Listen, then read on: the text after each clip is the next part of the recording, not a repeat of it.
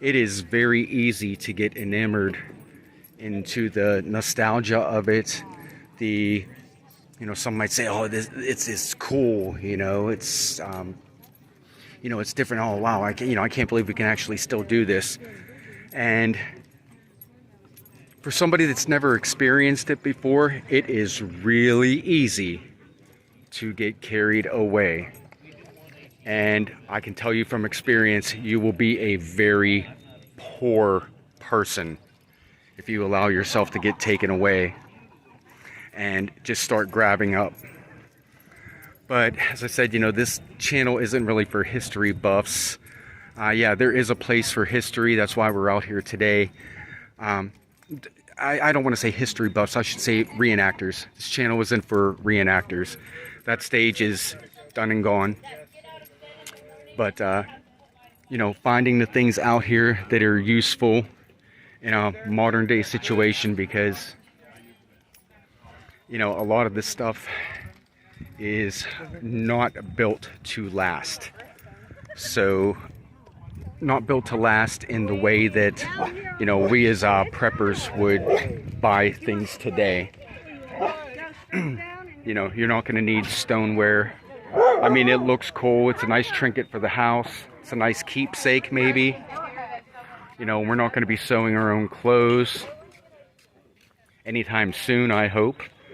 So, yeah, like I said, guys, if you would find yourself ever wanting to come out to an event like this, proceed with caution. Unless you wanted to get into a hobby that these guys supply, it's not cheap. Not cheap at all. Some of the firearms are fabulous, but this stage of my life, I will take the good old AR any day of the week, for sure. Guys, we found one of the first places, and I'm going to give all these artisans credit. Apple Cart Creations, right here. Hey guys, these are the knife blanks.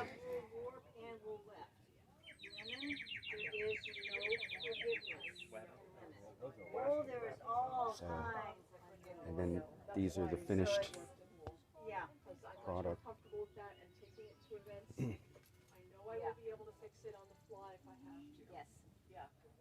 I took a class up at Redstone Glen with Melissa.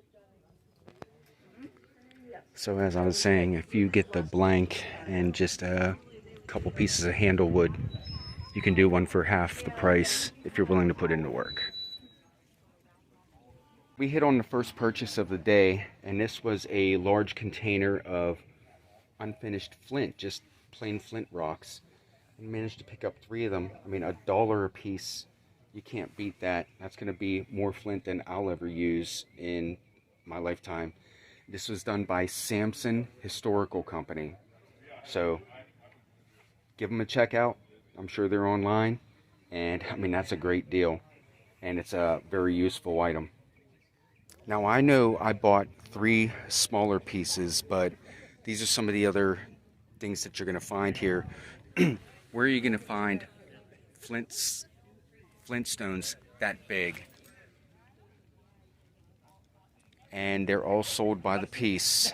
And, the possibilities are endless with something like that, and you can get them pretty cheap. A little bit more than what I needed, but if I hadn't already got some, that is something I would definitely be interested in. We've pretty much been through the entire market fair, seeing everything there is to see. As I said, it is not what it used to be, but then again, what is anymore? 2020 really took a toll on everybody and everything. But you come out to events like these, and like I said, you can find, things from time to time. Today, all I was able to find, something that would work for me, was the flint. The flint is what worked for me today. I have a knife. I'm not going to buy a 12, 13, 14, 15, I've even seen them as high as $25 or $30 flint striker. I'm not reenacting anymore. You know, so I don't need to be authentic. I just need to acquire for me what's practical. I'm gonna finish up the day at the market and go up to the fort and actually take a tour around it, because I think I've only ever done it one other time. So I want to get inside and check that out. Folks here will be starting to pack up soon. But, you know, for a $5 entry and a day's worth of entertainment, and to pick up the few things that I did, you know, it's worth it. I spent $8 and I have, a beautiful afternoon of activities ahead of me. So while we're at the market fair, we're actually coming inside the fort itself. And it is just, a small stone-walled fort. Fort Frederick here in Western Maryland. And this was actually even used later on in the American Civil War. You know, across the field is the soldier barracks and kitchens. And right now I'm on the officer's side. It's essentially the same, just a little bit more fancy for the officers. One of the rooms that I found really interesting that I wanted to just go in, give you guys a quick view of, making the most of our day here, get some content for the video. This is a replica of what the armory would have looked like. The weapons, what they called accoutrements. So you had your cartridge boxes, your bayonet scabbards, things of that nature, gunpowder, and miscellaneous other supplies up there. Again, it's unfortunately during this time period they didn't have photography, so it's all going off of written word and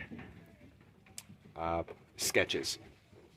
Here's what they call an old rope, a rope bed. It consisted of a wooden frame with woven rope in between, and that was what supported the tick mattress that was stuffed with straw or whatever else that they filled it with. You ever heard the term sleep tight?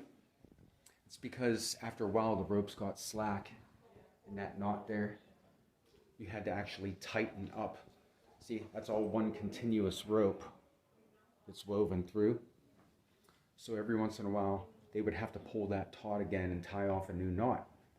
That's where you get the phrase sleep tight.